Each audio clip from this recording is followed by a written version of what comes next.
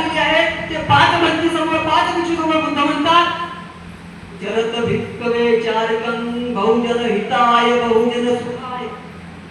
आता बहुजन कोण आहे? बघाची सरांनी नाव घेतलं बहुजन समाज पार्टी पण आहे देशामध्ये. 2,500 वर्षापूर्वी बुद्धांनी ते नाव घेतलं होतं. लोक बहुजन कॉन्सेप्टवर बोलत आहे. मग हे काय कॉन्सेप्ट आपण कळलं पाहिजे. कारण बुद्धाने नाव घेतलं आहे. या माणसाने थोडं नाव घेतलं ते. बुद्ध काय म्हणतात? चरत भिक्खवे चारिकं बहुजन हिताय बहुजन सुखाय लोकानुकंपाय हिताय सुखाय ज मनुष्यानं देशेत भिक्खवे धम्मादि कल्याण मत कल्याण परिवर्तन कल्याण सत्य सफेजन केवळ वैकुंठ परिशुद्ध ब्रह्मचर्य प्रकाशे. चारी दिशेने जा, थांबू नका, बसू नका, चारी दिशेने फिरा. कशासाठी फिरा? बहुजनाच्या कल्याणासाठी, बहुजनाच्या हितासाठी. लोकांपर्यंत जा, त्यांना व्यवस्था करून सांगा, त्यांना जागृत करा. तुम्हाला माहित असेल या देशामध्ये प्राचीन भारतामध्ये बुद्धीचा एस्टॅब्लिश झाला असा सहज झाला नाही. सामूहिक नरसंहार झाला.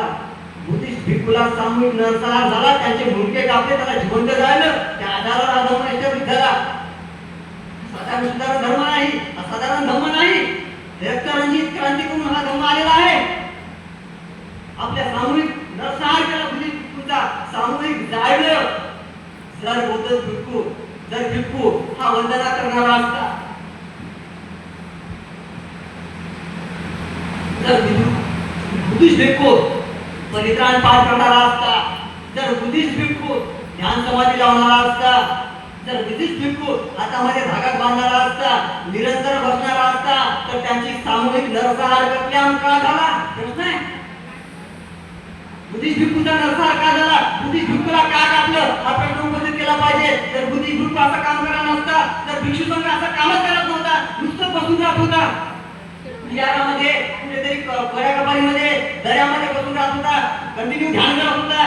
तर या देशामध्ये शत्रूंनी त्याला जाळलं कोण? मारला कोण? कापला कोण? प्रश्न आहे. याचा अर्थ निश्चितच भिक्षू संघ असं काम करत नव्हता. मग भिक्षू संघ काय काम करत होता?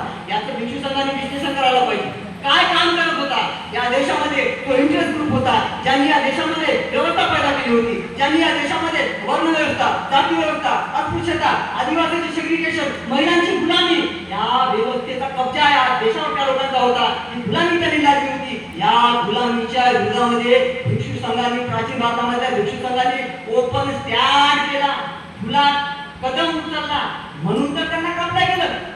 आजचे भिक्षू संघ सुरक्षित काय? प्रश्न आहे.